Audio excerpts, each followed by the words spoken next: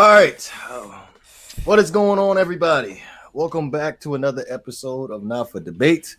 Clearly, as you can see, we are not on the usual channel. This is the actual Not for Debate podcast YouTube channel.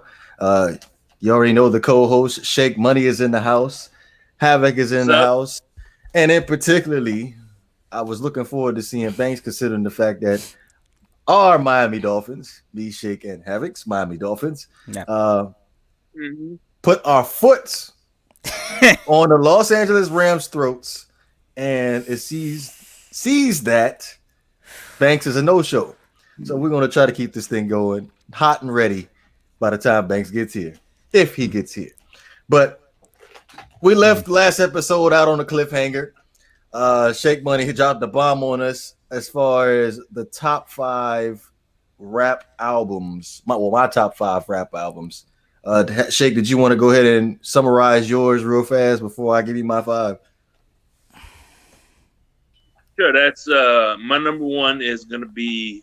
Hold on, build the suspense up. Build the suspense up. Start from 5. Don't start at 1. Number 5 is the 36 Chambers of Death, Wu-Tang Clan. My number 4 is Doggy Style. Number 3, I believe it's All Eyes on Me. Number 2 is Eternal, Bone Thugs and Harmony, and number 1 is Rough Town Behavior, Poison Clan. Okay. See, my issue was putting in a Tupac album and a Biggie album was kind of not fair to my top 5. So I tried my absolute best not to put them in there. Mm-hmm. But if I was to put a top 5 together, it's got to be number 5 is going to be Get Rich or Die Trying 50 Cent. That's number 5. Okay. You're showing your age. Go ahead. I'm definitely showing my age. My song of the album is Don't Push Me. You heard that song? Yeah. That is probably Many Men was my favorite one to get into. No. That's the song of my life at this point. When I go get into it with my baby mother, like the song starts, "Don't Push Me." You ain't the only one that utilized that song in that manner. Yeah. It said, "I need you to pray for me. I need you to care for me." Number 4 is The Blueprint 3, Jay-Z, Reminder. That's my song on that album. Did I say 3 or 4? That's number 3. 4. That's number 4. So okay.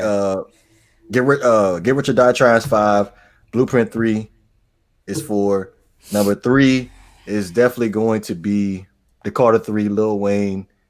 There's so many songs on that album. A Milli on that album. Lollipop. Mrs. Officer. Phone Home. It's an excellent album. Shake, if you haven't listened to it, because I know you just showed your age a couple minutes ago before we went live, like that whole album is freaking fire, man. That whole album is freaking fire. Not 2 and 1. That was kind of tough. That was really, really, really tough. Now, I don't like to pick one or the other over the other between Biggie and Tupac, so it's gonna be 1A and 1B. I can't give you a 1 or the 2. So obviously, number 1A is going to be Ready to Die, and probably number 1B is going to be All Eyes on Me. All right, man. I mean, if we're out here revising list, I'll revise my list since everyone wants to double back. So I'm gonna hit you. I'll go from 5 to 1. I'm pretty clear what my number 1 is. The other 4 is more variable, but number 5 is gonna be number 5 is gonna be Low End Theory from Tribe Called Quest. Number 4 is gonna be It's Dark and Hell is Hot from DMX. Number 3 is probably gonna have to be Black Star from Mos Def and Talib Kweli. Number 2 is And I don't know if this is necessarily a hip hop album. It's on the border, but it's not really. No, I'm gonna try to pick a different one because the Miseducation of Lauryn Hill is not really a hip hop album. Mm-mm. That's R&B with a little bit of some other stuff going on. So in the number 2 spot, man, I'm gonna have to go with Good Kid, Mad City from Kendrick Lamar. And in the number 1 spot, man, I'm gonna have to go with Mad Villain from MF Doom and Madlib. That's it. That's the list. Mad City. Good Kid, Mad City, Kendrick Lamar. I don't listen to that front to back so many times, bro. You listen to that album, bro. It's like listening to a movie. It's crazy. Mad City. Love the album. My thing is with Kendrick, I have like little spurts of Kendrick that I actually do like. Now that Section 80 album from Kendrick, fire. I like that album. Especially Spiteful Chant. That is my song. The beat goes, the lyrics go, everything about that song is my shit. Oh, excuse my language. But everything else you said, I don't even know what that You is. see, I come from a different perspective. You know what I mean? I come from like that the backpack era. You know what I mean? Like the backpack, like the Talib Kweli, the Mos Def, the Slum Village. Who else is in there? Like De La Soul, Jean Grey. Like that. That's the vibe I was on when I was, kind of getting the Little Brother. That's like my bag. I get into. So, I'm more of the lyrical miracleness. Okay, that's understandable. Now, Ludacris, I thought about him. DMX, obviously, I thought about him.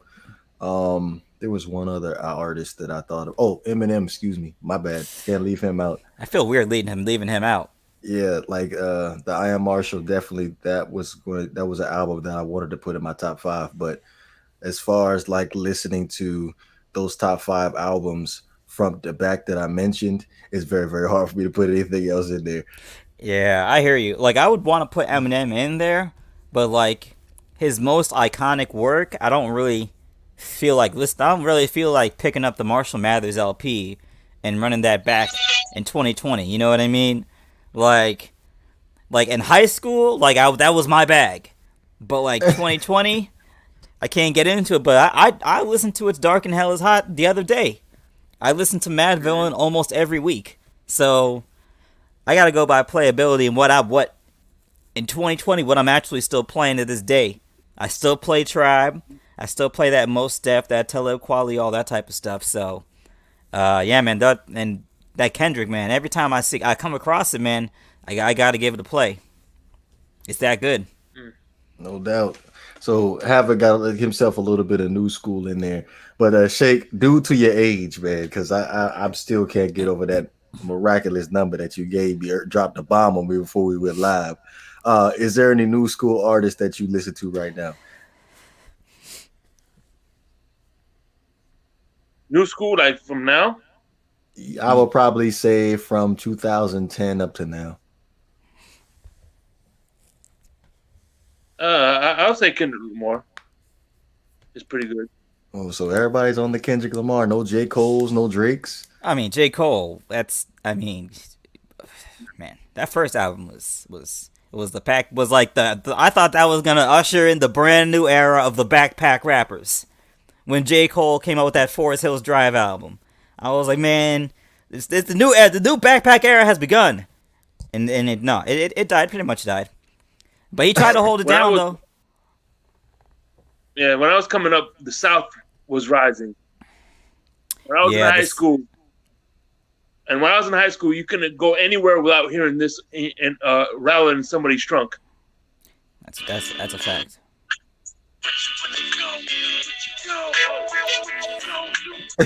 Here I come. That was the anthem for every freaking. You couldn't go anywhere without hearing that song. Yeah, man, I remember you hear that song in the parking lot of the high school football game after the game. You knew someone was about to get beat up. Yeah, no. When you hear that song, you about 5 minutes away from someone getting a lump upside their head, right quick. Mm-hmm. That's Oh like yeah. that's like fight music, bro. That's like original fight music right there. Yeah. Mm. All right, so everybody's got their top 5 albums out the way.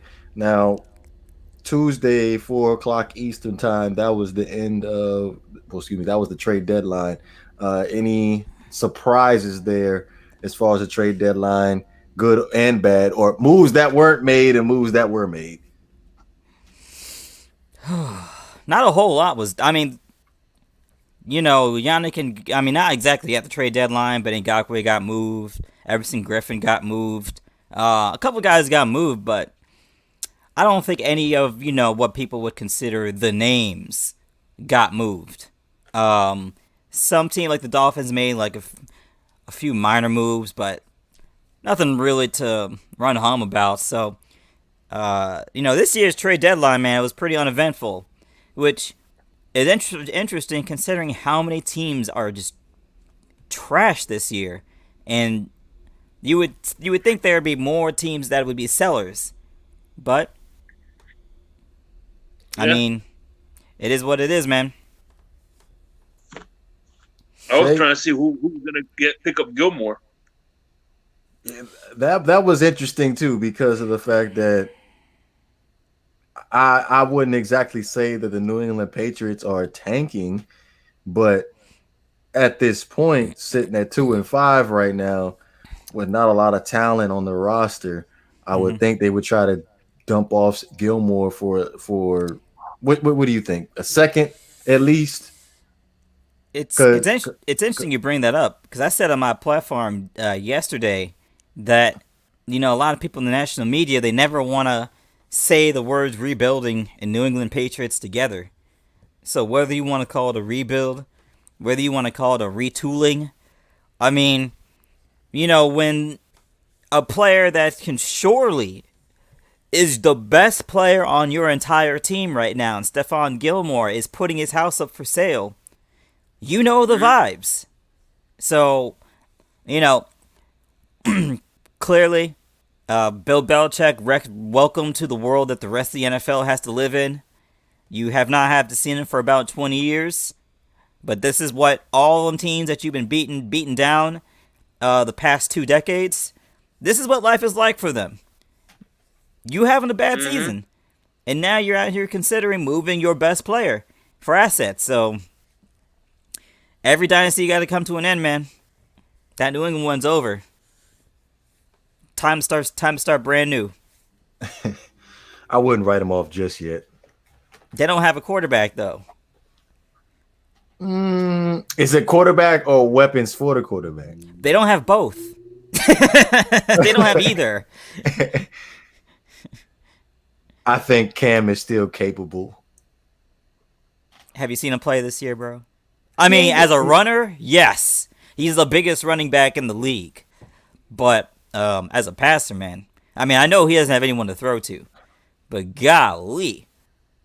I mean, it's rough up there in the Patriot land right now. No doubt. When I think of Bill Belichick, I'm thinking about there's this movie I can't think of, and hopefully it'll pop up later on in my head. But there's this movie where there's this guy, he's invincible and he can't be beat, whatever.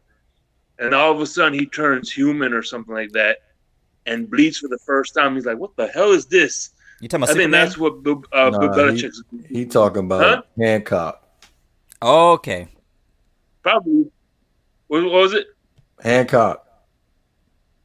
Yeah, he's like, "What the hell?" Yeah, Yeah, he I'm was bleeding. he was in the liquor store. He was buying some liquor, and then the cashier put, I think he put, damn, 900 something on the register, and then he threw the candy bar at the guy that was holding him up at gunpoint, and then that's when he ended up getting shot.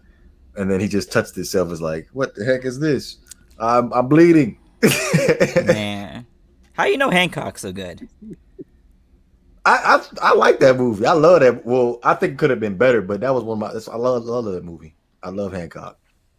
Yeah, I feel like I've seen it like 5 times up to the middle, and either something happened, like I went to sleep, or like I spaced out. I feel like I've never ever seen the end of Hancock, and I've seen it up to the halfway point about 5 times.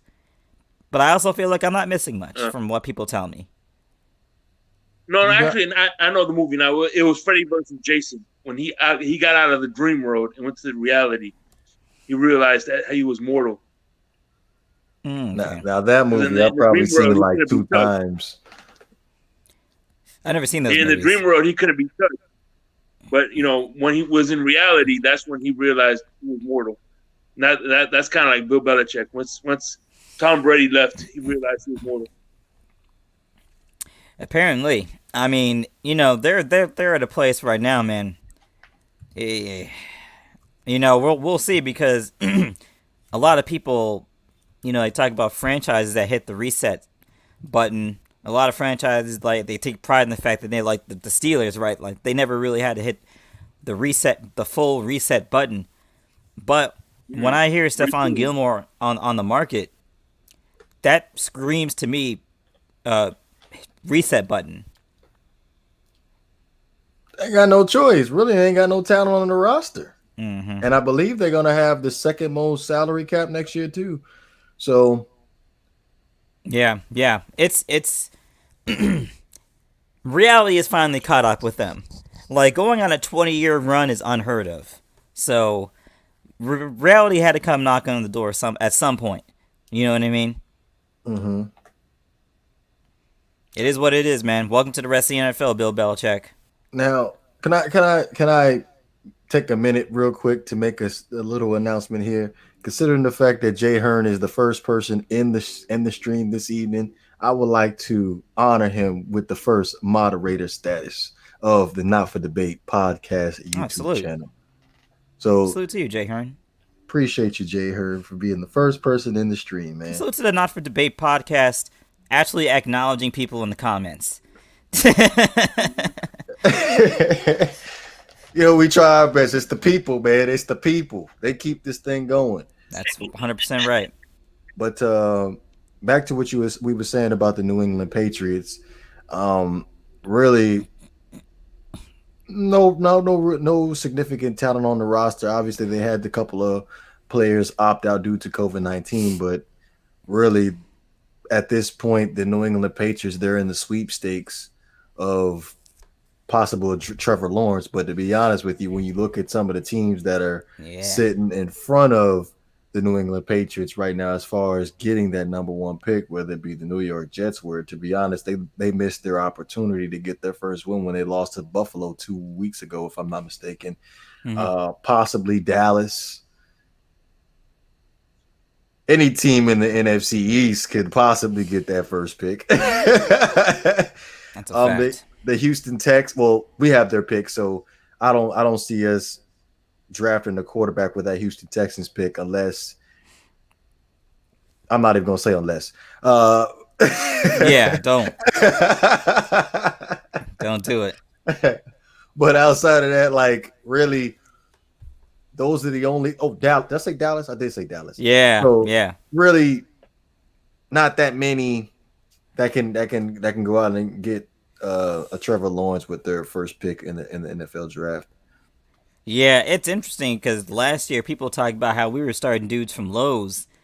I don't know where Dallas be getting their quarterbacks from, because what's it, Ben DiNucci? He ain't playing. So I guess it's Cooper Rush time in Dallas. Man, even in a season where Bill Belichick, all of them dudes opted out, and Bill Belichick was like, I mean, I'm not going to stop you from trying to opt out.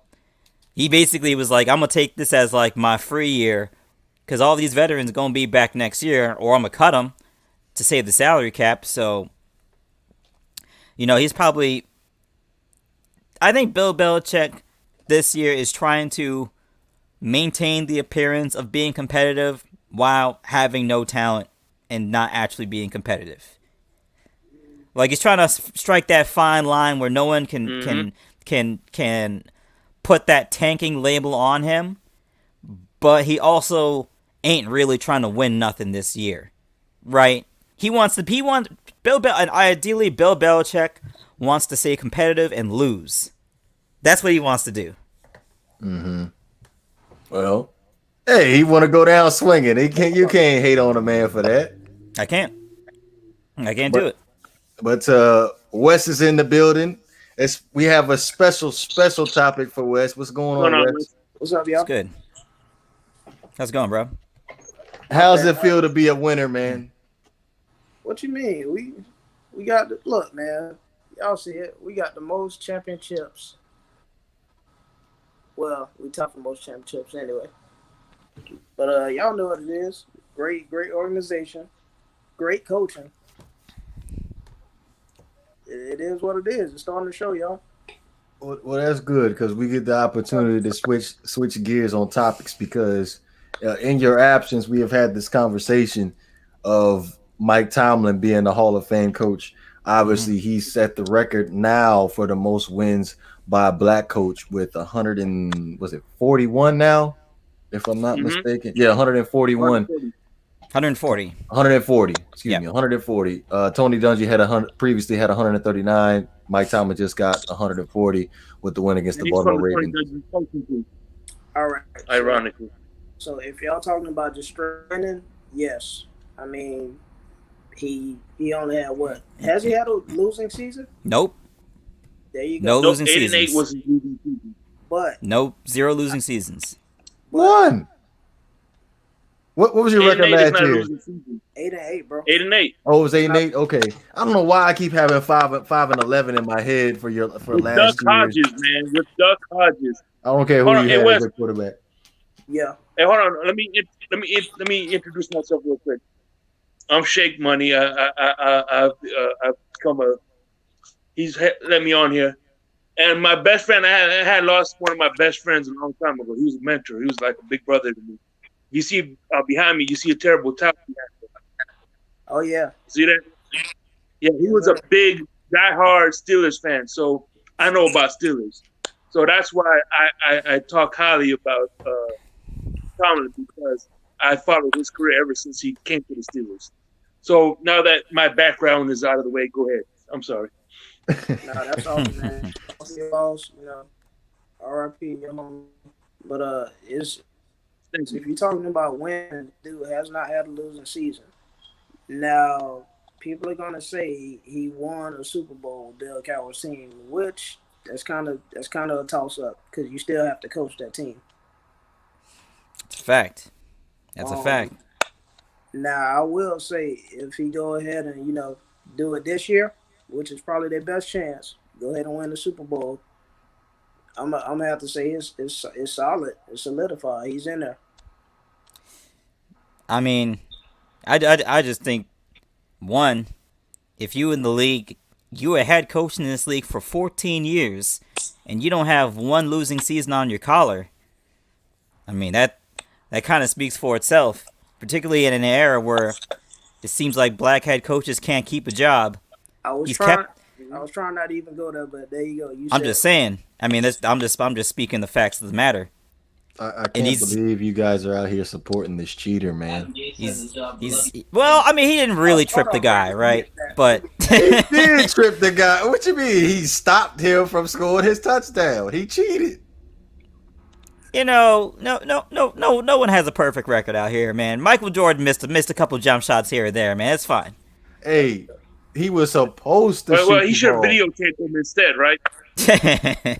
I'm just saying, Michael Jordan is supposed to shoot the basketball. That's his job. Now we talk about Mike Tomlin literally stepping his feet onto the football field for live action, and he thought he was being slick too, and tried to set a pick, take a pick, and crack on the sideline. That's your favorite coach. You love Adam Gase. Hey, at least he's keeping that private. We see Mike Tomlin legitimately go out on the field and try to prevent the Dolphins from winning the football game. Well, so what's going to happen when the glass piece comes out of Adam Gase's pocket during the game? Then we'll have something to talk about. You know how the judicial system works. But you know what I find funny though? What's that? You know what I find funny is that people don't want to give Mike Tomlin credit for that Super Bowl when John Gruden won a Super Bowl with the defense he helped coach. Hey, Facts. And Tony I Dungy's don't. players. We don't give him credit for that. We don't give him credit for that. I don't. No, you got to But the national media does. John Gruden won with Tony Dungy's players. And again, that defense, who was part of that secondary's coach? Mike Tomlin. Yeah. Yeah, That's He true. was a secondary coach. He came from the Tony Dungy coaching tree.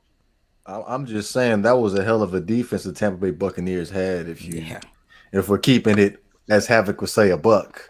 Yeah. That defense was nuts. So I mean, and the thing you got to respect kind of about Tom is he kind of, even if you say he did win with Cowboys team, this ain't Cowboys team. He got some animals on that defense. Built that one up. was Tomlin coaching the defense? I don't think he was. I believe that was a Dick LeBeau defense still. And he got No, transformed it into what is now Keith Butler, Ibert 3-4, nickel, whatever you want to call it. Tomlin created that now. Well, Okay. So since we want to get down to the nitty gritty, tell me, ever since you got rid of your Pro Bowl defense, I would probably say Troy Polamalu. Who would you have? Brent Kiesel back then, Larry Foote, James Harrison. James Harrison. I wouldn't put him in there, but them Pittsburgh Steelers defenses were not top 5 for the majority of Mike Tomlin's career in Pittsburgh. Tomlin took over what, 2007, 2008? 2007.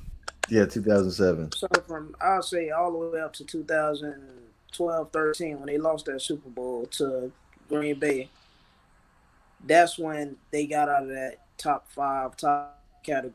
That's when it went downhill. But everything in between that, you can count it. That defense was. Yeah, I could agree with that. And now, Troy Polamalu made a big difference for y'all. Yeah, I mean, if you look at the numbers, they had they had damn near a top 5 defense last year, and looks like they're repeating the same trend this year. Oh yeah, it's more disgusting this year though, because it is. Time together, and it's just a Minka Fitzpatrick. It's just like much better. You're welcome, by the way. Yeah. And honestly, I don't know what the heck there was when they picked Terrell Edmonds. I was disgusted at that pick, but he proved me wrong so far. He ain't that much of a. Yeah, he's not such a liability like I thought he was. Okay. Maybe that's because one thing about Pittsburgh Steelers, they got bad luck with middle linebackers. Oh yeah. Devin Bush is out for the season. That's the linebacker y'all got. I keep getting him confused with the Tampa Bay Buccaneers. Devin White. Yeah. They do have bad luck with linebackers, but if you notice, it's always somebody waiting in the wings at linebacker, D-line, and wide receiver. Always. When it comes to middle linebacker, they have the bad luck with. Well, I mean, Shazier's walking now, right? He ain't playing. He just retired. So he ain't coming nowhere close to playing, but he's walking when it looked like he wasn't gonna walk. So get a coaching job, intern. He's fine. I think he signed a nice contract before he got injured.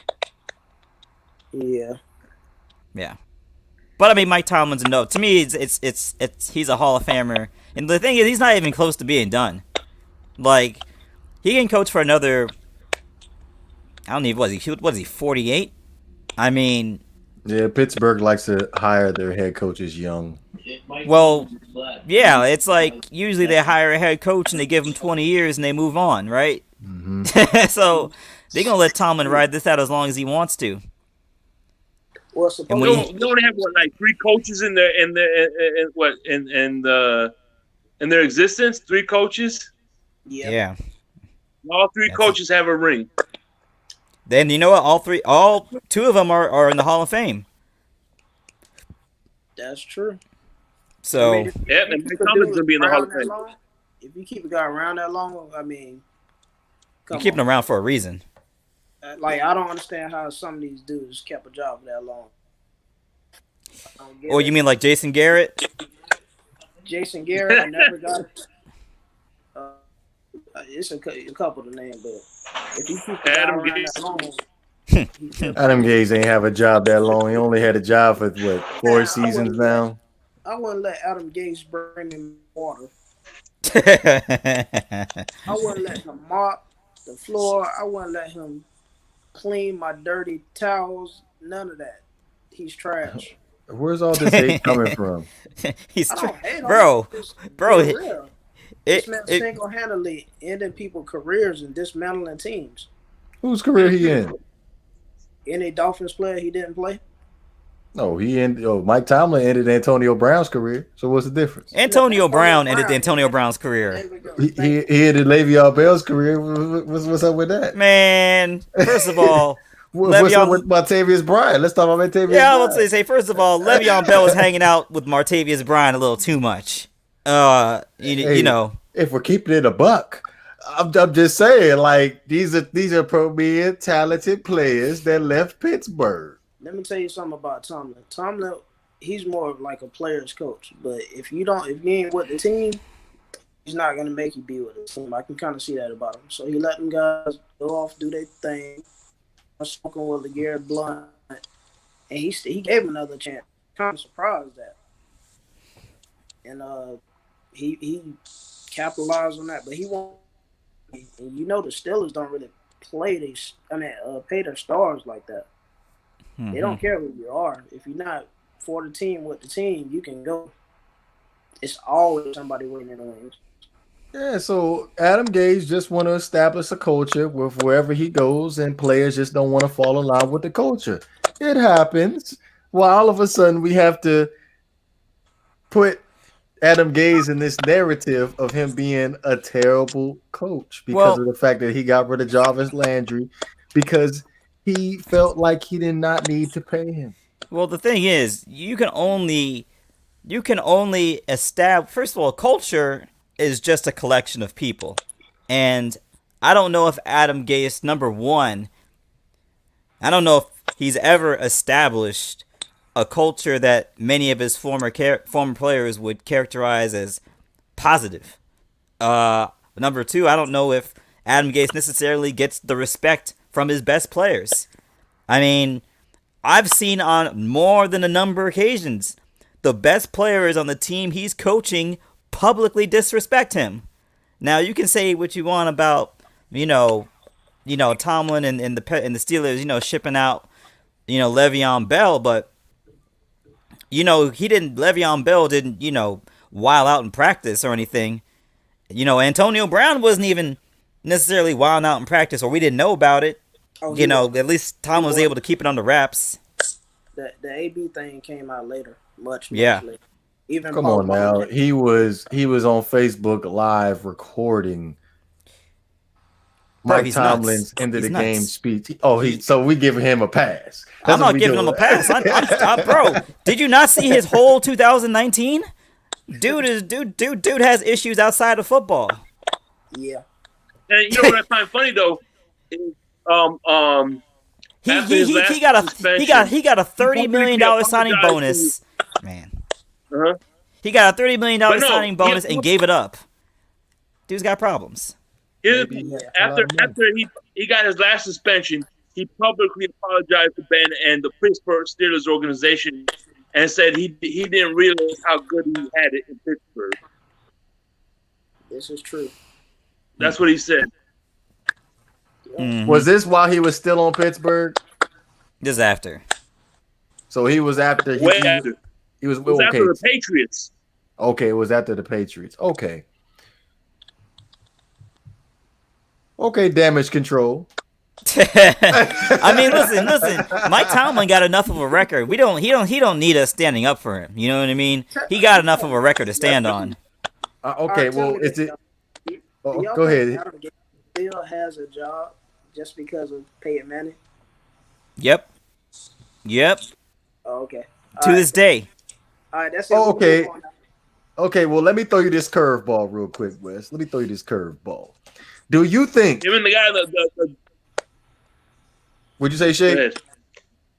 I want to say him and the Johnsons, the guy from the Jets had the same dealer. Okay. Probably so. Yeah. Let me. I'm gonna hit you with this curve real quick. Do you think a team that a coach inherits affects the coach as far as body of work? I can't say that because you can Yes, win you with can. some garbage. You can win Yes, with you some can. well-coached garbage. You can go No, you can't. 8-8 with garbage. I haven't seen that from Mike Tomlin. I haven't seen anything be hard for Mike Tomlin since he's been in Pittsburgh because he inherited a good team. But It wasn't like Bill Cowher was fired. Didn't he just step down as the head coach for the Pittsburgh Steelers? he don't have no you know what I'm saying, 20-year players on his team. Those aren't Cowher's players. Like I said, he built that from the ground up. That's his defense. Who? Tomlin. That ain't his defense. Come on now, man. You let these guys age out and you added pieces along the way. You ain't stripped that mug down. Okay, who was the last one to go on that defense? You tell me. James You Harrison. the Pittsburgh specialist. James Harrison. And you see how he got phased out the last, four years he was there? That's true. But you guys have been able to build through the draft along the way and haven't exactly had a significant hole through this process compared to other teams. We're not filling them gaps though. Tomlin was drafting garbage for a while. I don't know if you know. I agree. Yeah, that's what I was saying. Like the defense hasn't been top 5 since Tomlin been there. As far as concerning the draft, you've been drafted in the first round defensive players. Okay, but what I'm saying is that's what a drop off is when Cowher's players left, when they're no longer there. That's when my man Tomlin started building from the ground up. You understand what I'm saying?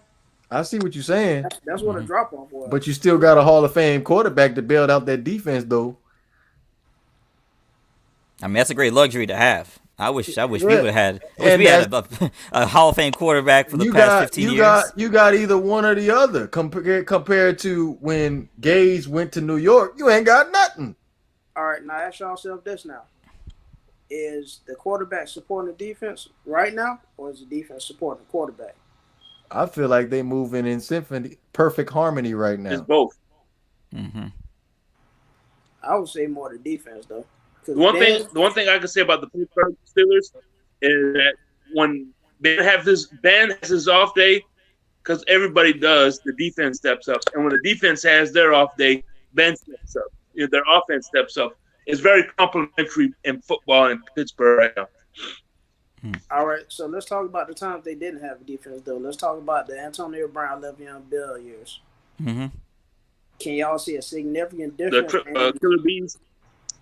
Right. I mean, I remember when y'all, even with Le'Veon Bell, man, y'all were out there. I mean, I'm sure Ben Roethlisberger was amongst the league leaders consistently in yards passed per season. Like, he was consistently in the top 3 during that time. Well, basically throughout his career, he's been in the top 5. You don't know, but it's one of those things, particularly now, where if you look at the Steelers now, because they've been able to like rebuild their defense piece by piece. You know what I mean? I just told the boy that. So, I mean, they listen, man. They didn't rebuild that team. There ain't no such thing as an accidental 7-0. I ain't debating that. I'm just sitting back and just comparing the two between Mike Tomlin and Adam Gase, where you inherit garbage and you inherit treasure. But look at Adam Gase though. He inherited a bad Jets team, and now they're worse. They're worse. Come on now, Havoc. The Jets have been bad since Shake has been born. They've been bad. But now it's like it's a whole new redefinition of bad. It's bad with no hope now. I could probably count on two hands Yeah, and how Adam many Gase single it's a win payoff seasons that for the New Phil York Jets have too. had since I've been alive. I don't know, Did man. the Jets not go to 2 straight AFC championships? How long ago was that? Probably before Yep, I with was Mark born. Sanchez. Rich Ryan was the coach. Yeah, that was No, not. That it was was in the 2000s. Jason With Taylor Mark. was a part of one of those teams. Oh my God! Are we? Okay. How about let's think about this for a second because I could have sworn they had some serious talent on that team. Let's think about this: Darrell Revis, Jason Taylor, you just said, Cromartie, Cromartie, Bart Scott. Jonathan Vilma, LaDainian Tomlinson. Who was the tight end? Damn, What was it, Christian Faria, something like that? it don't matter. Braylon Edwards. Like, come on now. Like, these are some talented players on this roster. Chris Baker was their tight end? Maybe.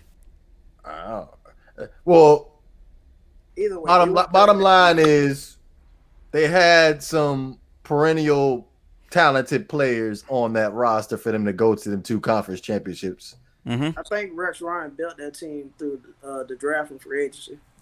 I don't think that team was there when he got there. That defense wasn't like that before he got there. No, that defense had a totally different attitude when Rex Ryan took over. Herm was led a very mediocre, sir.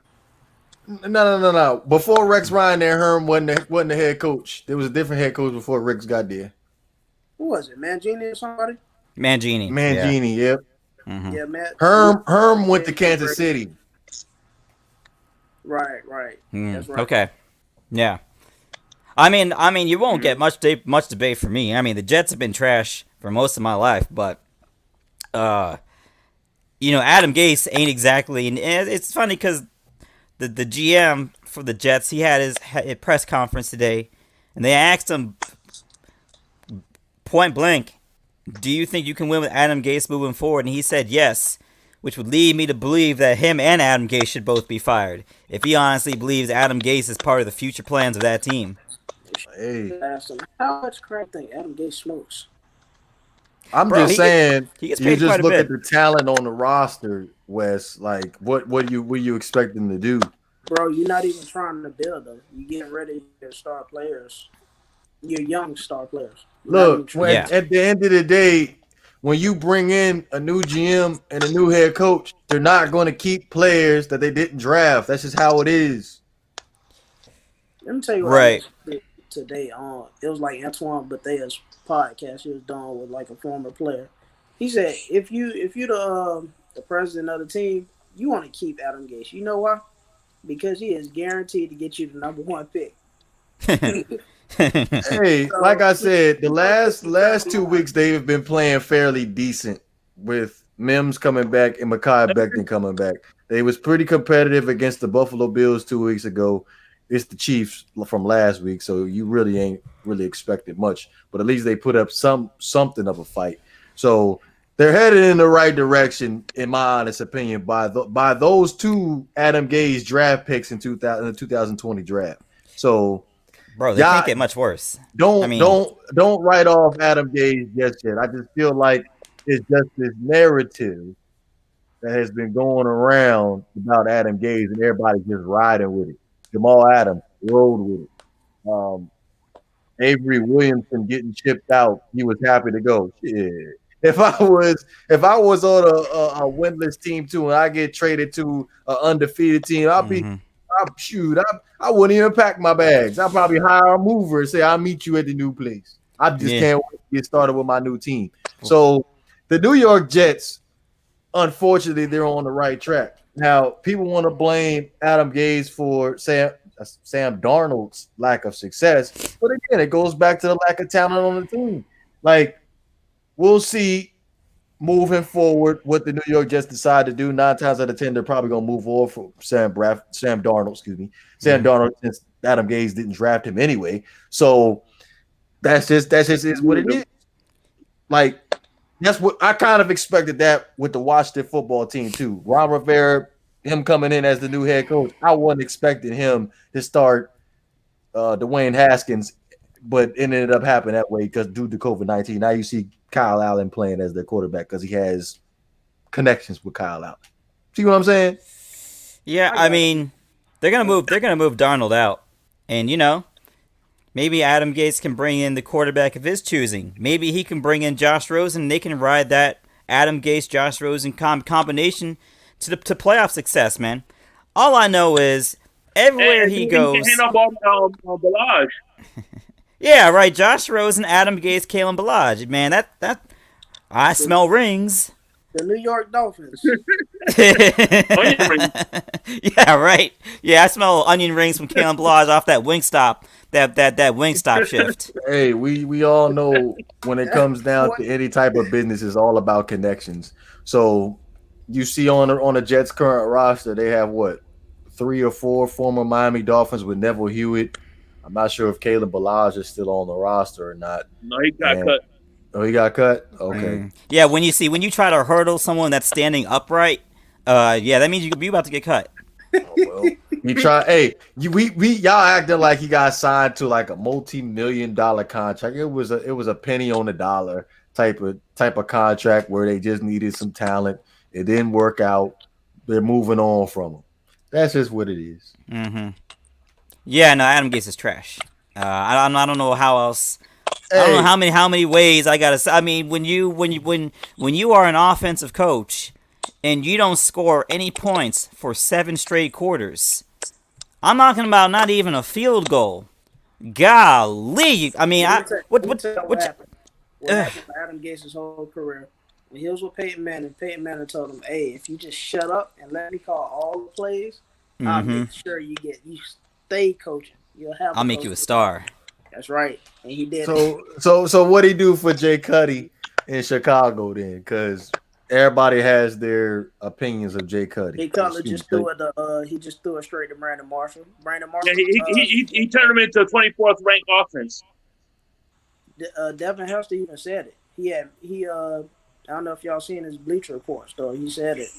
He was supposed to be the number 1 receiver, but he just kept forcing it to Brandon Marshall. Oh, please. I don't want to hear that because Devin Hester had his opportunity in Chicago before Brandon Marshall even got there. He was not successful. So I don't want to hear anything about him being the number 1 receiver in Chicago. Okay. So let me ask you this one central question then. Would you endorse the Miami Dolphins bringing back Adam Gase to coach the team? Why? We're winning. That's not the question I asked. Okay. That's not the question I asked. Why would I break up a bed if we making money? You still not answering the question, man. You dodging like Mario. Hey, I'm just saying. Like currently with Brian Flores, I'm sitting at 4-3. We're winning games. But if Adam Gase is that guy, then Adam Gase is that guy, right? Hey, it's like the Tony Romo and Dak Prescott situation. Dak Prescott was hot. We're not gonna put Tony Romo back in here to play. I guess, man. All right, let me ask you this question. Hypothetically speaking, if Adam Gase would have taken over the Pittsburgh Steelers from the beginning of the season, you think they'd still be 7-0? Hell yeah, they had the number 1 ranked offense in the league. Okay, so then you take the number 1 offense, you make them the number 24th ranked offense. Are they still 7-0? Oh no, I'm saying Adam Gase makes that offense the number 1 ranked offense in the league. Let me ask you: Has Adam Gase at any point been the head of the number 1 offense in the league? Besides with Peyton, now without Peyton Manning. No. But he took his took a team to the playoffs in his first year with the team. No. Yeah, Joe Philbin's team. But that would fly in the face of your theory that when a head coach takes over a brand new team, those aren't his players. That's the other coach's players. Well, no, that's not what I'm saying because now that's not what I'm saying. Did not take the team to the playoffs, and the new coach took the team to the playoffs. So what's the common denominator? DeVore, you are in Adam Gase's phone as the connect. That's the only thing I can think of right now. Tomlin took. I can't think of nothing else. Hey, Bill Cowher took the team to the playoffs. So did Mike Tomlin. Come on now, Philbin ain't take us to the playoffs in his 4 years with the Dolphins. Adam Gase did in his first year. So I'm just saying, why I had to take Adam Gase for us to get over the hump. All I know, all I know is ever since Game 3, man, they haven't found that pouch of smelling salt since. So your man is out here wilding on the sidelines. He's trading his best players because they challenge him, right? Like I said, that's what it is. That's a narrative. Well, the narrative keeps popping up.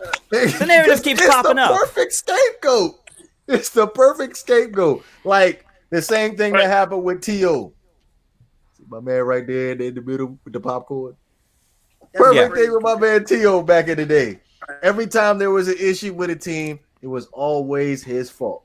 Now, we'll never know the real story behind it, but due to his situation in San Francisco, translates over to Philadelphia. They try to use the same narrative. The media ran with it, and here we are.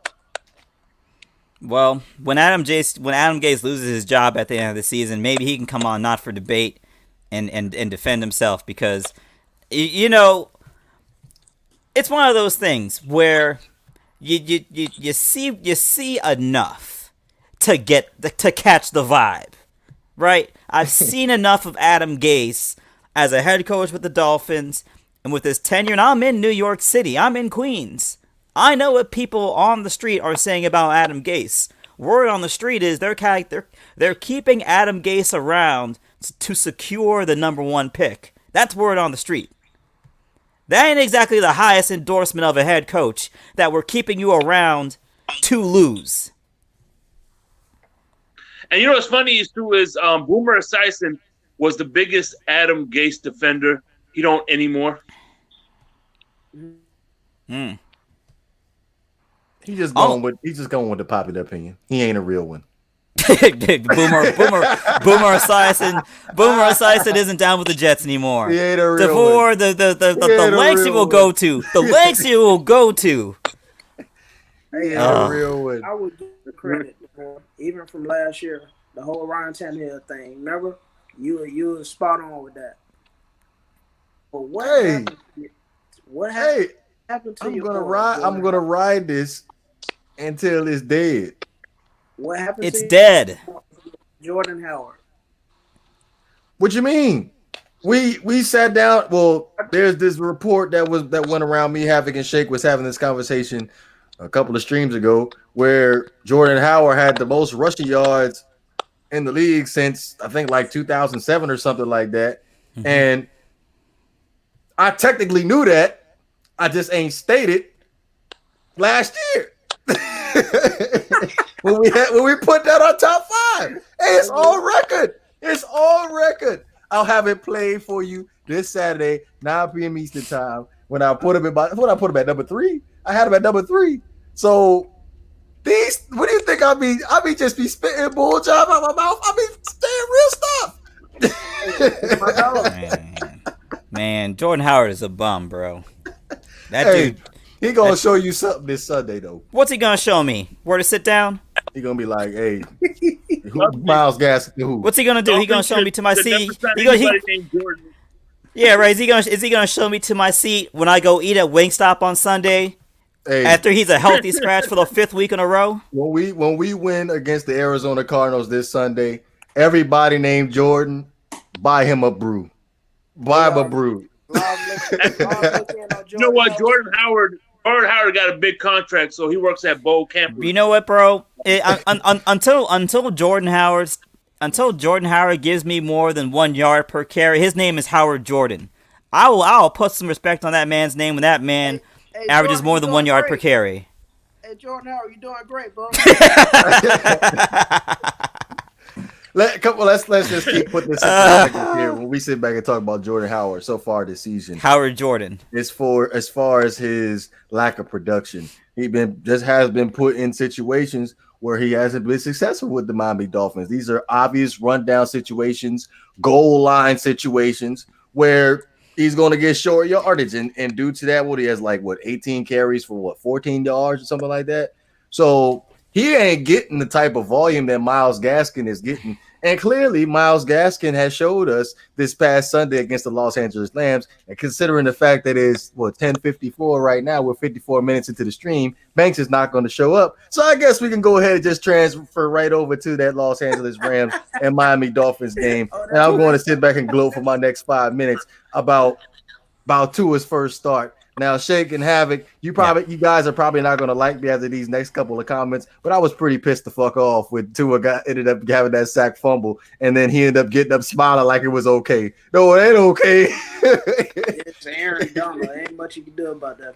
I'm just saying though, I'll be like, all right, cool. We're gonna shake this off. It's gonna be all good. But my man getting up smiling and laughing like it's all good. I'm like, this is serious, man. You just put the Rams in scoring territory here in the red zone. I was pissed off. So I'm not saying that. Would you say, Wes? Tua's a baller, man. That's a confidence thing.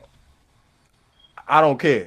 Don't be smiling when you turn the ball over. Against a short memory, bro.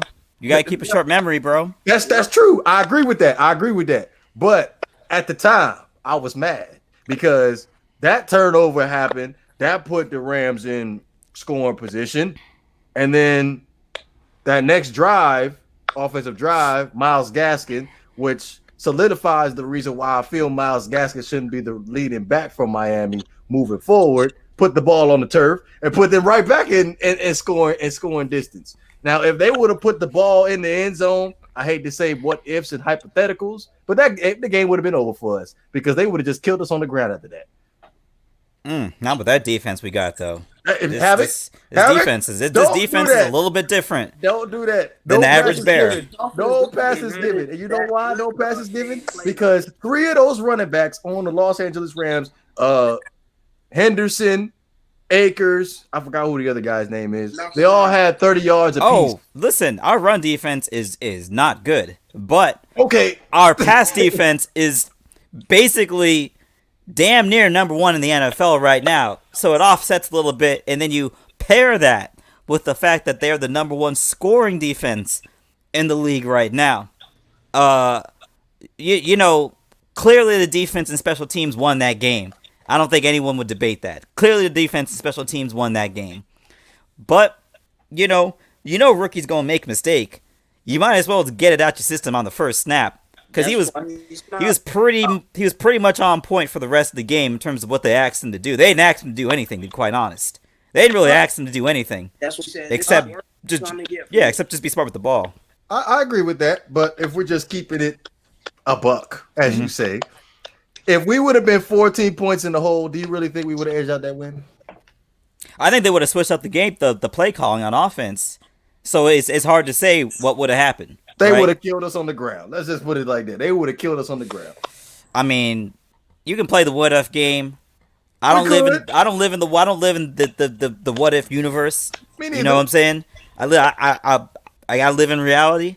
I gotta analyze what I've seen, and from what I've seen is they didn't really need Tua to do nothing but just not make mistakes. And outside of the first drive, where Eric Flowers got pushed back into him, and Tua didn't necessarily see the pressure coming from the ball. Outside of that play, man, he wasn't. I wouldn't say he was careless with the ball. He was making right reads. He showed you that he can at the very least be competent. Be a competent game manager. Now moving forward, of course, they're gonna open things up for him, naturally speaking. So for me, man. This one shows me that our defense can win games for us. That's what this shows me. Kind of like how the New England Patriots were winning last season. Their defense won them games for them. Their defense was scoring points for them. And you had Tom Brady back there not making mistakes. They made the playoffs with a team that talent-wise doesn't look too different than the team they have right now, absent, of course, at the quarterback position. So, for me,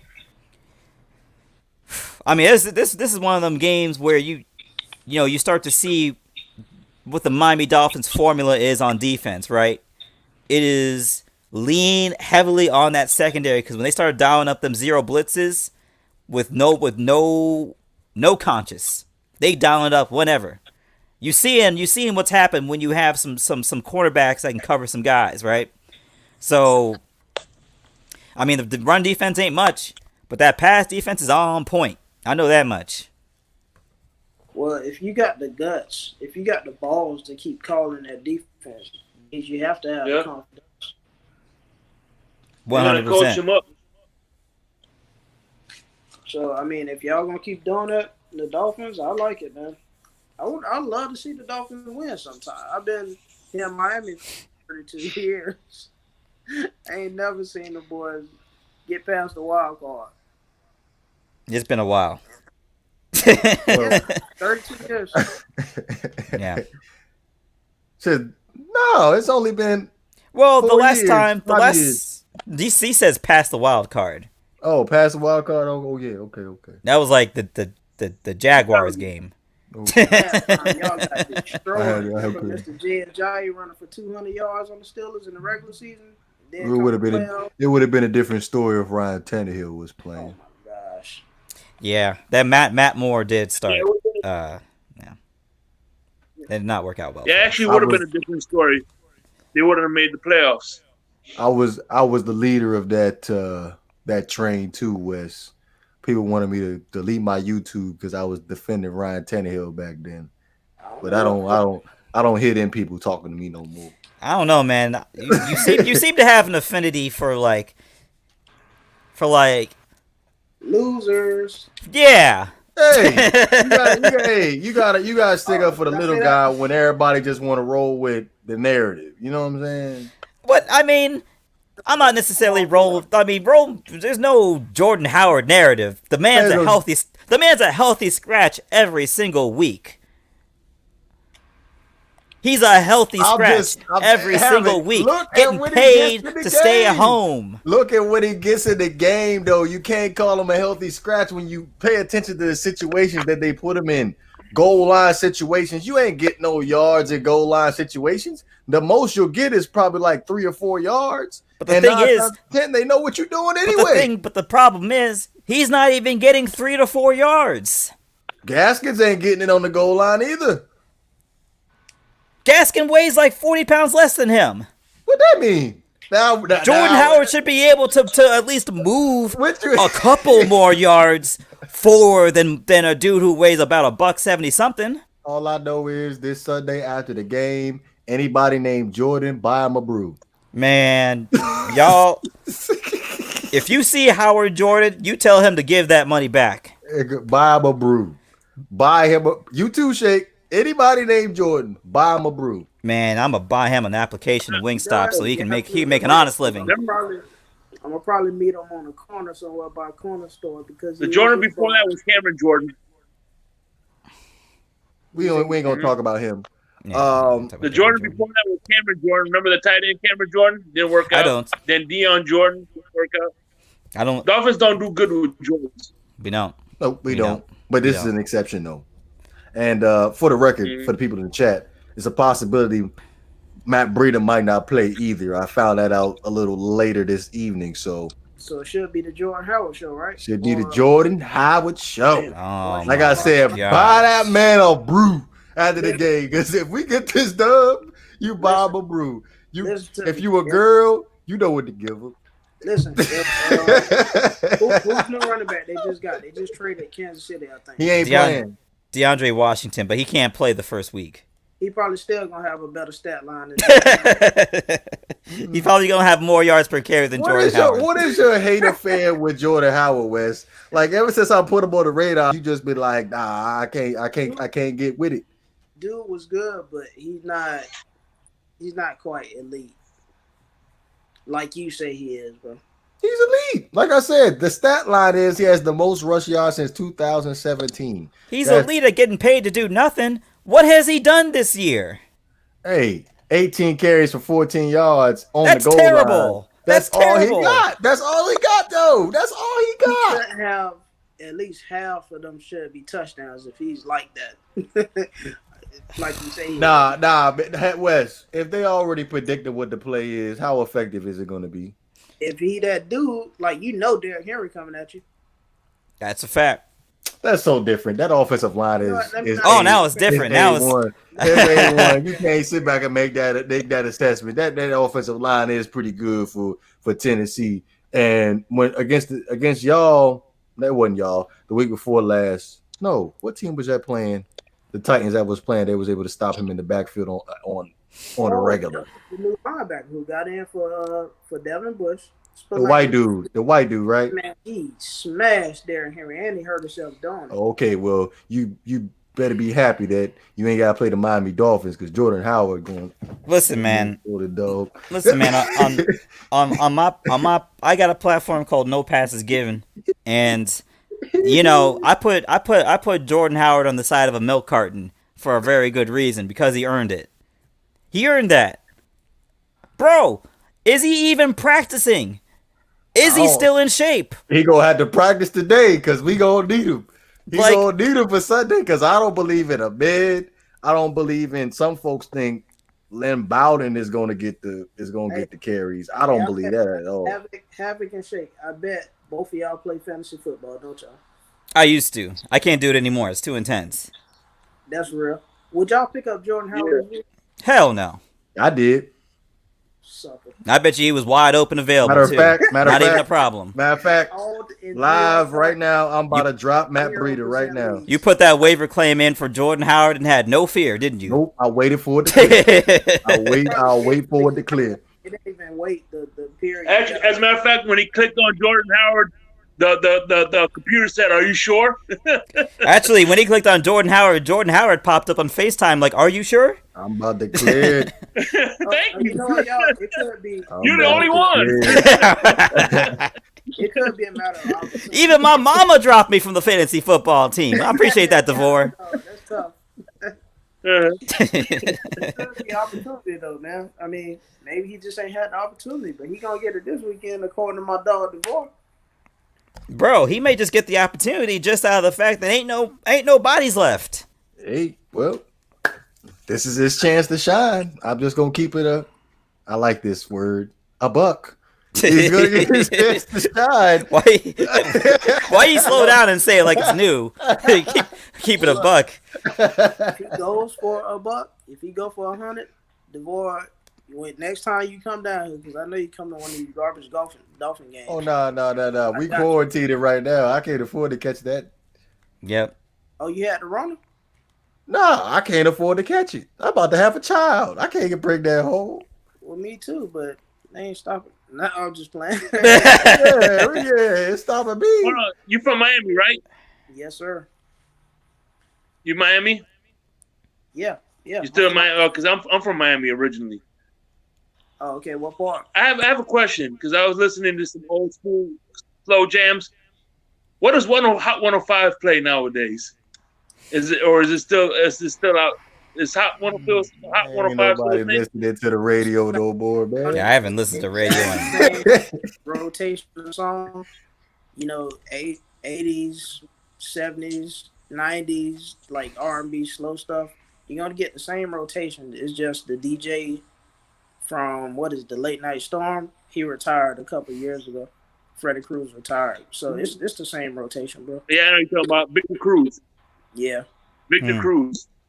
not Quiet. Vic. His name was Teddy Cruz, I think. Or something Cruz. Yeah. I hope you enjoy your company in the quiet storm. Yeah, every night I work at Popeyes, bro. Now before we switch topics to Daniel Jones, Havoc, you did remind me. No passes given here. Yeah. Them couple of incompletions that Preston Williams and Myles Gaskins dropped, no passes given to Tua. They dropped the pass. He should have put it in his chest. And this goes back to the conversation we had about Josh Rosen back when he was playing Dallas and Preston Williams dropped that touchdown pass and nobody won't get no passes given. Well, So, the difference was they were giving Preston Williams a pass last season because he was an undrafted free agent rookie. So they were thinking that the thinking was, oh, he's gonna clean that up as time goes on. But the same problems keep coming up. Nope. But I mean, Josh Rosen has problems outside of people dropping balls. Oh, so he put it right there in the hands in the breadbasket. That's Josh Rosen's fault. I mean, that's all I wanted to say. The ball, the first of all, the 2 Preston Williams drops were easy balls. Those were easy balls, right? Like those were easy balls. Those were gimme balls. And Preston even said it in his interview today, where he said, "I was trying to move without securing the ball first." Those were the words that came out of his own mouth. What was he supposed to say? I had popcorn before the game. I would have said the same thing. Listen, man. I'm not even going to dignify comparing Tua Tagovailoa to a practice squad quarterback who works part-time at the pool store. So, the 2 different realms. Tua, Josh Rosen. Although I'm done killing Josh Rosen because he's not on the team anymore. He's not even on an NFL roster anymore. Yes. So, it is what it is with him. Yeah, I'm done. I'm done killing Josh Rosen, man. Okay. All right. Daniel Jones, because I feel like last year in the draft, the New York Giants selected him in the first round.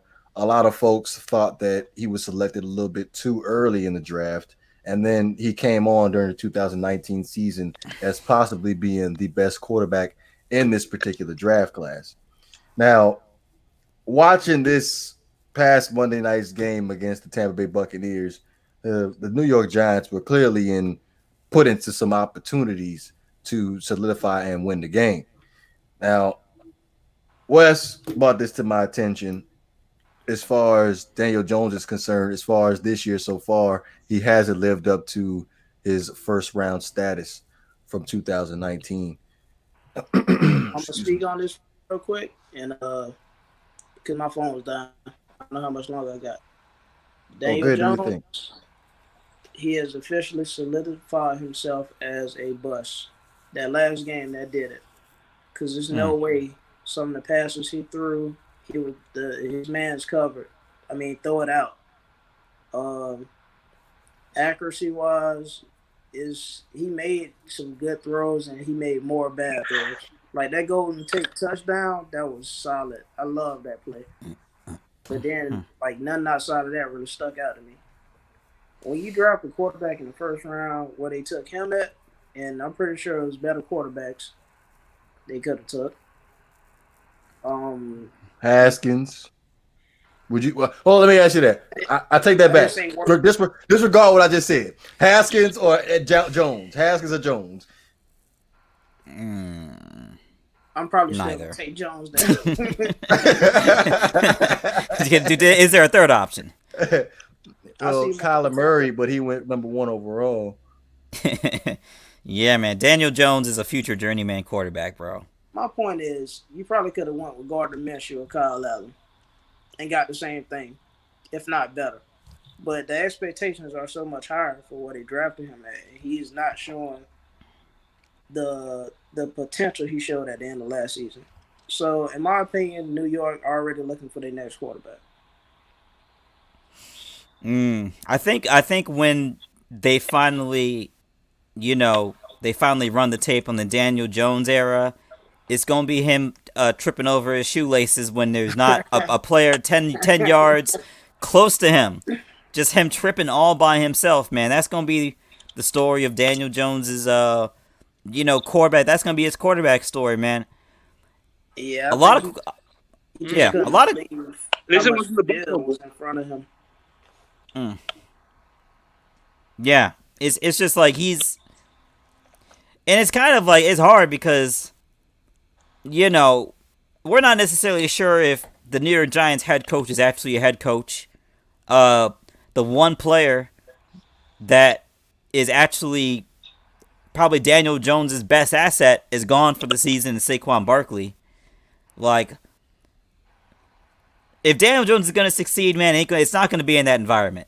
I'll say that. But also, I mean, he just appears to be a run-of-the-mill, sometimes he reminds me of a sometimes starter, right? Like, he'll be good some of the time, but eventually he gonna find a nice comfy spot behind, a better quarterback, and that's probably gonna be his career. He's gonna start some places. He's gonna be a backup in some places. So he is the new Ryan Fitzpatrick. Yeah, he's the new Cade McNown. He's the new. He's the present Mitchell Trubisky, Uh, except a little bit faster. and he does not have Mitchell Trubisky's defense. No, he does not. No, he does not. Yeah, I was in on him last year at the end, but I'm out on Daniel Jones now. I think Saquon Barkley is a big reason why he's struggling so much. I mean, yeah, you can use that excuse, but at the same time, you have to be able to operate if they're shutting Saquon down as a first round pick. You understand what I'm saying? Mm-hmm. Can I just say one thing real quick? Because I'm not ready to give up hope on Daniel Jones. By then shutting down Saquon, if that happens to be the case, it does open up things for Daniel Jones in the passing game. But currently, right now, with no Saquon Barkley, who the running backs right now? You have a Galliman and Wayne Gallman. Yeah, Devontae Freeman right now. So there's really not a threat in the running game. And we've seen over the past several years when a quarterback has a lack of a running game, if they're not transcendent, they do not play. I'm sorry. I can't hold it. I'm sorry. I'm just picturing a team where Adam Gase was the coach, Daniel Jones the quarterback, Jordan Howard was the running back. That sound like a first place division winning team to me. Man, that sounds like a whole bunch of people about to get fired. Seems like a pretty nice foundation. Yeah, it'll be a first winning division team if you're playing in the AFF or the XFL. yeah, that's a fire team for the XFL. Yeah, but I think they should just look to the future, start rebuilding. Maybe if Saquon stay healthy, keep him there. If he develops into what he was supposed to be, you know what I'm saying, build around him. But Jones ain't it though. But that's 2 years in a row Saquon Barkley hasn't been able to stay healthy. And again, you got to look at the New York Giants. The team is still rebuilding. They still haven't been able to recuperate any type of offense since they got rid of Odell Beckham. What's the tight end's name? Ingram. Ingram, he can't hold on to the ball. And the offensive line is still building. So I ain't quick to just jump off of Daniel Jones just yet. I'm willing to give him to the end of his rookie contract, but he still has 3 more years left on. Yeah. So, I'm still giving him time too. One thing a rookie running back needs is a good running back. And you know that because look how Big Ben did his rookie season because he had Jerome Bettis. Next to him. Yeah, I mean he also had Hines Ward, which is like one of the greatest possession wide receivers ever.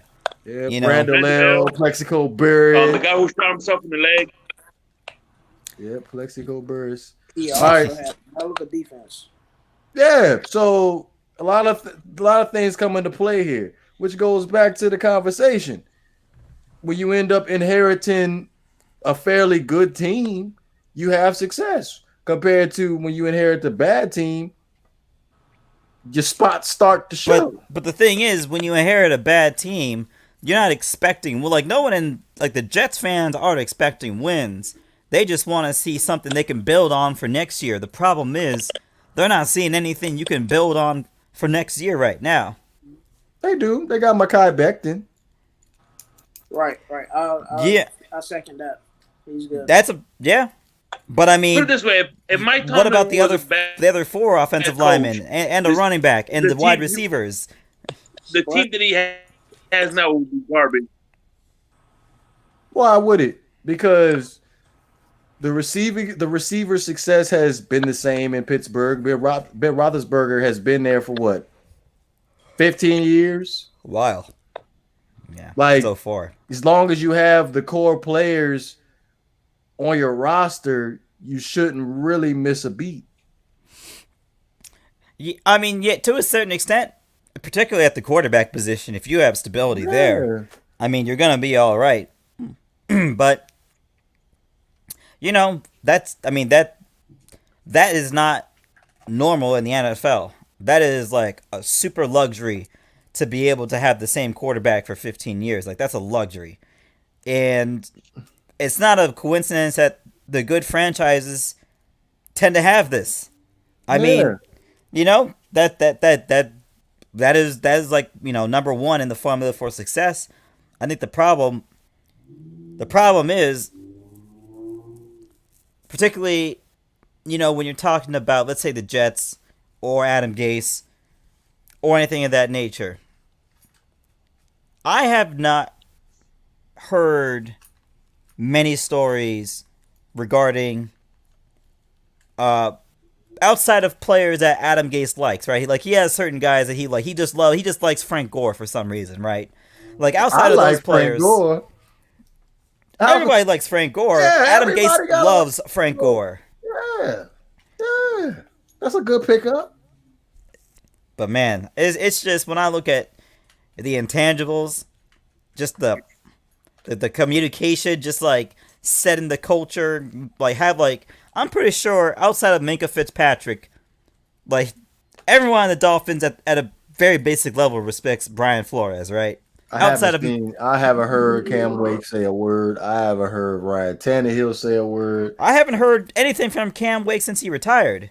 So, Yeah, I'm pretty sure the question has came up about Adam Gase at but least also, once. Adam Gase does not concern himself with the defense necessarily, right? The offense is his bread and butter. Well, it still seemed like Jamal Adams had a lot to say when he was trying to get up out of New York. Yes, he did.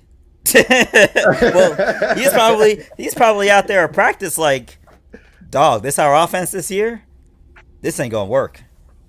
Yeah, but again, man, like it all comes down to supporting cast. A lot of teams have this formula of where you draft your franchise quarterback first and then worry about everything else second, which I disagree. I think everything else should come first before you draft the franchise quarterback. I'd agree. And you just plug that up in there, all nice and tidy, new home for you, where you ain't got to worry about the quarterback always getting hit and put on his back, being able to stop his development, providing the quarterback with weapons at the receiver position to create separation from defensive backs. Those type of things, I feel like they play a big factor in a quarterback's development. And I just feel like the New York Jets ended up doing it the wrong way.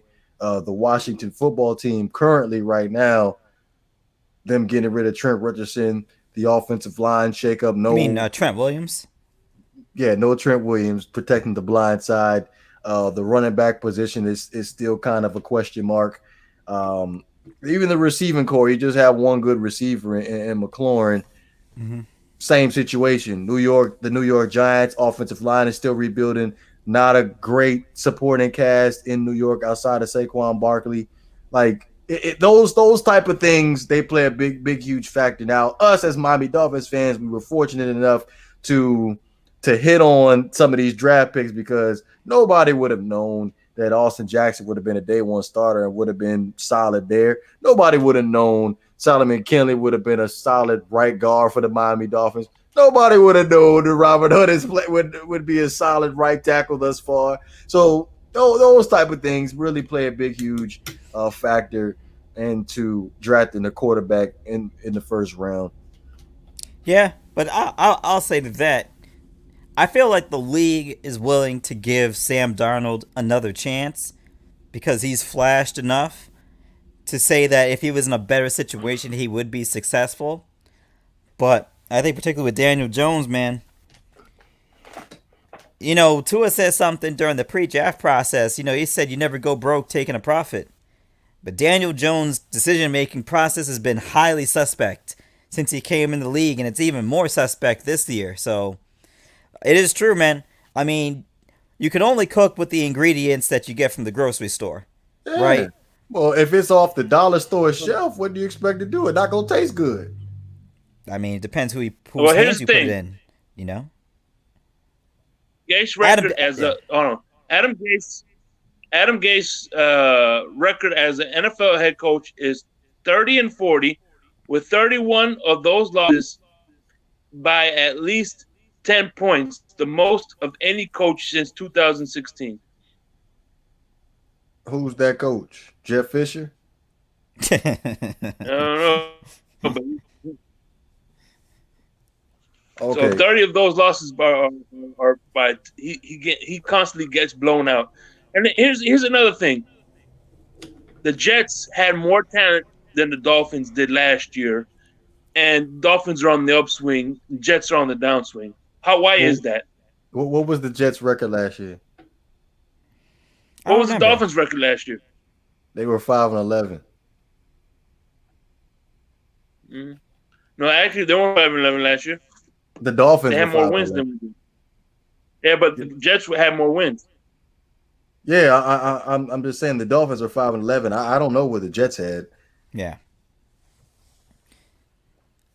But Yeah, The either Jets way, had uh, the Jets uh, had more talent last year, starting off, and well, you can make the argument that Cincinnati had more talent than the Miami Dolphins last year, and they won one game last season.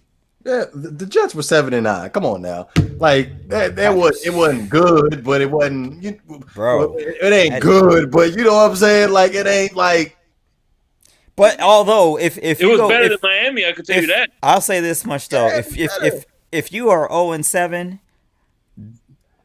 the GM's got to hold that bag a little bit too, because when I was watching that game, the Dolphins played the Jets. I was looking at the field and I was thinking to myself like, yo, who are these dudes out here playing ball right now? Who are these dudes? I haven't heard outside of Avery Williamson. I ain't heard about one single one of these dudes. Yep. So the GM's got to hold that bag too. But I'm saying if you are as a franchise, you are rebuilding. So essentially, everything that the guys you're bringing in are going to be taught the way to play by the coach you currently have. Is Adam Gase the guy you're going to entrust in that role when his claim to fame is Peyton Manning say get out of my way and I'll make both of us look good? If that's what he said. I'm certain Peyton Manning. I'm certain if Peyton Manning says that to Adam Gase isn't saying I got this covered, Peyton Manning. That's not happening in that dynamic. I guess. Adam Gase is trash. That's that's the crux of my point. Adam Gase is trash. All right, before we close it out, Thursday night game. Actually, I disagree with you. Hold on. One thing. I want to disagree with Havoc real quick. Adam Gase is not trash. He has to be good to be trash. So he takes the team to the playoffs, so he's trash. Okay, he has to win a few games to be trash. I remember Yeah. this. I remember this team. when we Anyway. talk about because a lot of people want to say that Jay Ajayi ran us to the playoffs, but I'm going to remember this when we talk about any other team that has a good rushing attack running them to the playoffs too. But anyway, Thursday night football game, the Green Bay Packers at the San Francisco 49ers. Before we close it out, who wins? Whew. Green Bay all the way. San Francisco is starting practice squad wide receivers. That's how deep their injury problems have gotten right now. I mean, Jimmy G looks like he's falling off the cliff. Yeah. The San Francisco fans are talking about, because they can opt out of Jimmy G at the end of this year. San Francisco fans are talking about, is he really the guy right now? So, I'm going Green. Green Bay is rolling. And San Francisco, they're at a place, they just don't have enough bodies to really do anything right now. So I'm going Green Bay all the way. And on that, I'm gonna agree. I'm gonna echo everything that Havoc said. But one thing I want you to know that if they do move on from the Jets, move on from Sam Darnold, in my opinion, I think Sam Darnold will fit perfectly with Sean McVay. Not Sean McVay. With Shanahan. The guy from San Francisco. What's his name? I Darnold can't in think San of his Francisco. name right now. Kyle Shanahan. I think he'll do wonders. I think Sam that will be a Darnold is match better than made in Garoppolo. Yeah, I don't trust any quarterbacks out of USC except for Carson Palmer. I think it'll be a match made in heaven. You don't trust any USC quarterbacks? He's going to be back in the West Coast, so you don't trust Matt Leinart, bro? Mm-mm. You don't trust what's his name? Barkley? Yeah, I don't either. What was the other one? Chris Winkie, or was it John David Booty? Nah, man. Chris Winkie was from Florida State. It was John David Booty. It was John David Booty. That's a hard last name to have, man. That's the only reason why I remember it. I think like when he was like in high school and no one knew who he was, and the coach is like looking through the jerseys like, is someone playing a joke around here? Who the hell is Booty? But upset special, I'm taking the Niners. Man. How? What do you mean how? Last week the Green Bay Packers, they gave up, I believe, over 170 yards to Dalvin Cook last week. That rushing attack or rushing scheme for the 49ers is very, very good. So if I believe it's Beathard that's going to be starting, I strongly believe that they can keep the ball on the ground and gas the Green Bay Packers, and they can edge out this upset win. All right. Just so you know, San Francisco just put their whole wide receiver core on the COVID list. Anybody can be successful in that. Anybody. Okay. Anybody. I guess we'll see. You know what? I mean, you know what? Good luck to the San Francisco 49ers without Trent Williams, Brandon Ayuk, and Deebo Samuel. Good luck to you. All right. So I'm in the giving mood today. John Hendricks, since you're the second person up on the stream, man, you are getting the honorary moderator status too as well. And I believe it was Quint that was in here too, if I'm not mistaken. You know, everybody's getting a moderator today. It's the first live episode of Not for Debate on the new channel, man. It's like Oprah giving away the cars. Yeah, you getting hey, you get a car, you get a wrench. You get a wrench. You got it, man. You got it. Everybody gets it. Everybody gets it. But yeah, with that being said, man, some balls on the screen. What is that? You put your balls on the screen, bro? No, I thought it was something else. But yeah, appreciate everybody coming through to Not for Debate on the new channel. First live episode. Going to be expecting many more moving forward. Havoc Shake, final thoughts before we close it out? I mean, as always, you know, for me, it's always fins up all day, every day. You know,